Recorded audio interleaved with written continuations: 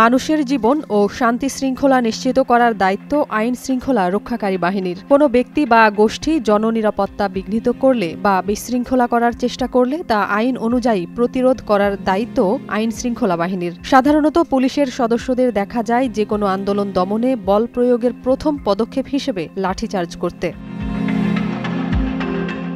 বিভিন্ন আন্দোলন দমনে একদিকে নিষ্ক্রিয় ভূমিকা পালন করলে যেমন সক্ষমতা নিয়ে প্রশ্ন ওঠে তাদের, অন্যদিকে বল প্রয়োগের মাত্রা বেশি হয়ে গেলে তীব্র সমালোচনার মুখেও পড়তে হয়। তবে এক্ষেত্রে ব্যতিক্রমী এক দৃষ্টান্ত স্থাপন করতে দেখা গেল এক পুলিশ সদস্যকে। সামাজিক যোগাযোগ মাধ্যমে ইতোমধ্যে ভাইরাল এক ভিডিওতে দেখা গেছে কোনো রকম আঘাত ছাড়াই আন্দোলনকারীদের ছত্রভঙ্গ করে দিয়েছেন ওই পুলিশ সদস্য। জানা যায় সেই পুলিশ সদস্যের নাম রিয়াদ হোসেন। রিয়াদ হোসেন জানান, জুলাই আন্দোলনের পর পুলিশের অভ্যন্তরে নানা রকম প্রশিক্ষণ নতুনভাবে দেয়া হচ্ছে নানা দিক নির্দেশনা, যেন আন্দোলনকারীদের সর্বনিম্ন ক্ষয়ক্ষতি করে আন্দোলন ছত্রভঙ্গ করা হয় এবং যাতে সরকারি স্থাপনারও ক্ষয়ক্ষতি না হয়।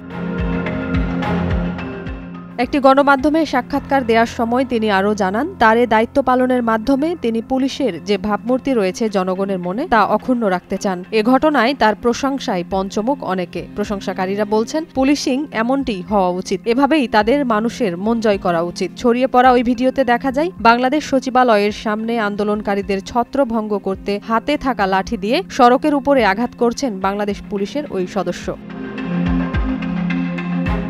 কখনো আবার বিদ্যুতের খুঁটিতে শব্দ তৈরি করে সাবধান করছেন শৃঙ্খলা ভঙ্গ না করতে। এতেই সেখান থেকে ছত্রভঙ্গ হয়ে যাচ্ছেন আন্দোলনকারীরা। সামাজিক যোগাযোগ মাধ্যম ফেসবুকে ভিডিওটি শেয়ার করে একজন লিখেছেন, এই পুলিশ ভাই দেখিয়ে দিলেন পুলিশের আসলেই কেমন হওয়া দরকার। বর্তমান সরকারের কাছে অনুরোধ করে অনেকেই তাকে আবার পুরস্কৃত করার দাবিও তুলেছেন। অনেকেই ফেসবুকে ওই পুলিশ সদস্যের ভিডিওটি শেয়ার করছেন আর ক্যাপশনে লিখছেন, এইটা বেস্ট পুলিশিং ছিল। অনেকেই আশাবাদ ব্যক্ত করে লিখছেন, এইভাবে সব পুলিশেরই পরিবর্তন আসবে। সামনের দিনগুলোতে মানুষ পুলিশের উপর নির্ভরশীল হবে এবং বিশ্বাস আর গ্রহণযোগ্যতা ফিরে পাবে। সেই পুলিশের প্রতি আন্তরিক অভিনন্দন ও ভালোবাসা জানিয়ে দোয়াও করে তার দীর্ঘ হায়াত কামনা করেছেন অনেকে। আইন বিশেষজ্ঞদের ভাষ্যমতে আইনের বাইরে গিয়ে অতিরিক্ত বল প্রয়োগও শাস্তিযোগ্য, কারণ কারো প্রাণ হরণ করতে হলেও তা আইনের যথাযথ প্রয়োগের মাধ্যমে করতে হবে।